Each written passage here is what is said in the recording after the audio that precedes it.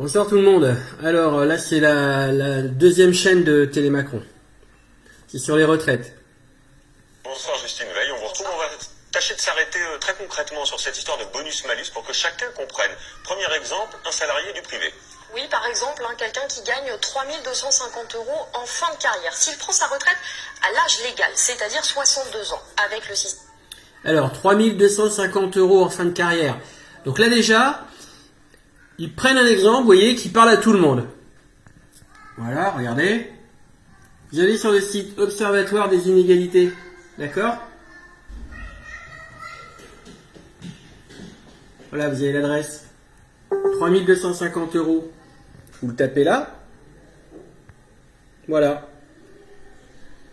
Il y a 87% des gens qui gagnent moins de 3 250 € net par mois.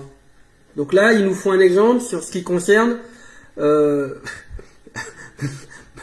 même pas 13% des gens, quoi. Vous voyez? Bon, bref. On continue.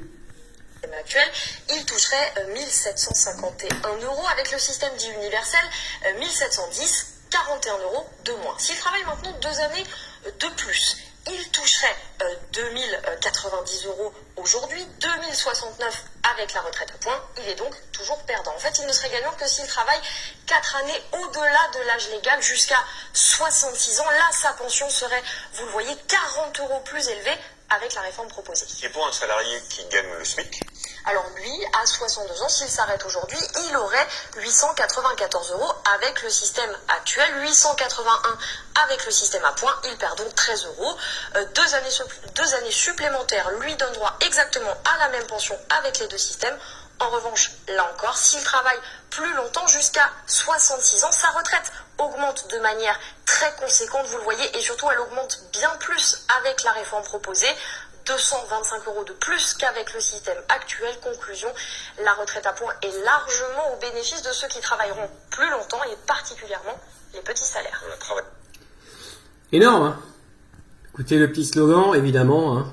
Plus pour gagner plus, ça rappelle quelque chose aussi. Merci Justine.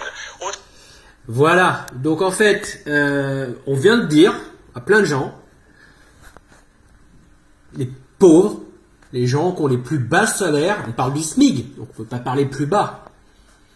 Bah, tu prolonges, tu pars 4 ans plus tard si tu veux gagner de l'argent. Si tu veux avoir une retraite de 1400 €, 1300 €. Non mais, je sais pas si vous vous rendez compte du message, quoi. T'es riche, bon, ça n'a pas trop d'intérêt pour toi de partir plus tard. Tu peux partir à 62, tu perds un petit peu. T'es à 3 000 € par mois net, ça va, on s'inquiète pas, t'as mis de côté pour tes retraites.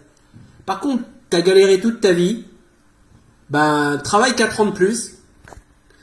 Les pauvres, travaillez plus longtemps. Mais que les pauvres, hein.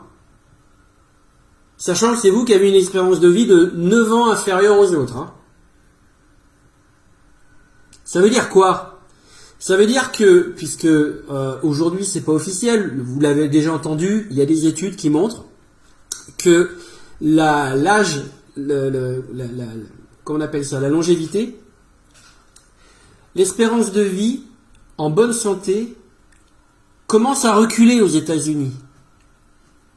Chez nous, elle stagne et elle commence à reculer de 3 mois, je crois, sur la dernière étude qui est sortie. Donc là, on est en train de basculer dans une période où, petit à petit, c'est pas qu'on va mourir plus tôt, mais qu'on va être en mauvaise santé plus tôt. Et donc, les pauvres, qui eux vont être en mauvaise santé encore plus vite, vont travailler plus longtemps. Bienvenue dans le monde, le nouveau monde de Macron et de l'oligarchie mondiale.